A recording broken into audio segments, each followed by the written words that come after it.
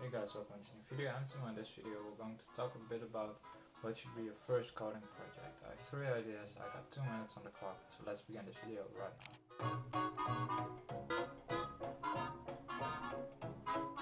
First off, I want to tell you that I don't know if I will be able to get to the 2 minutes or if I will get more, but we'll try. Okay, first idea, a portfolio website for any programmer, web app, software developer, anything. Just make a damn portfolio, you know? You just need a portfolio just for showing off your work, showing off anything you've made, and coding wise.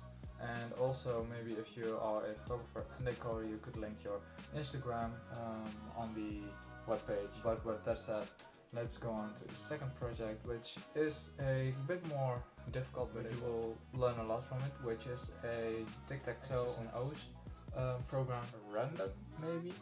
Random who will start and the player can give their name. I will show a project of mine which I have developed a few months ago, which is basically the same together with a friend of mine. So that was project number 2. Let's get on to project number 3, which is a simple web browser. It is really not that difficult anymore in C#.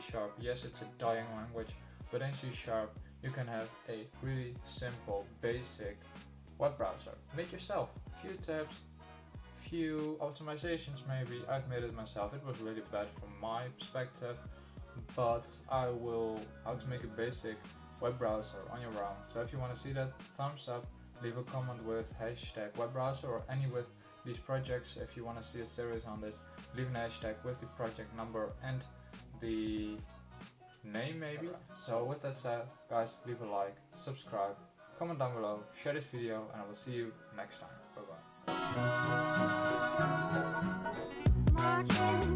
bye.